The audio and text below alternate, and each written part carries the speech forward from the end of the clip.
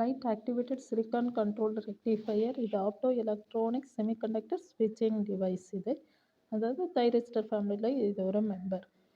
இதுலேயே anode cathode gate அப்படின்ட்டு தைரிஸ்டரில் இருக்கிற மாதிரி 3 டெர்மினல் உண்டு. இந்த டிவைஸ் வந்து தைரிஸ்டர் கேரக்டரிஸ்டிக்ஸ் மாதிரியே இதனுடைய கேரக்டரிஸ்டிக்ஸும் இருக்குது. இப்போ இந்த டிவைஸில் இந்த டிவைஸ் எப்படி ஒர்க் ஆகுதுன்னு பார்த்தோன்னா ஃபோட்டோ கண்டக்ஷன் கான்செப்டில் தான் இது ஒர்க் ஆகுது.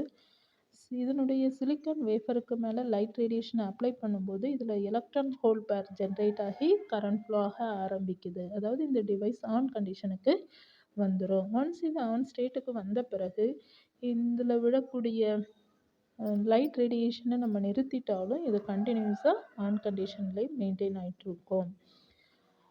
இந்த கேட் டெர்மினல் ஓப்பனாக இருக்கும் பொழுது இந்த ஸ்விட்ச் வந்து லைட்டுக்கு மோர் சென்சிட்டிவாக இருக்குது.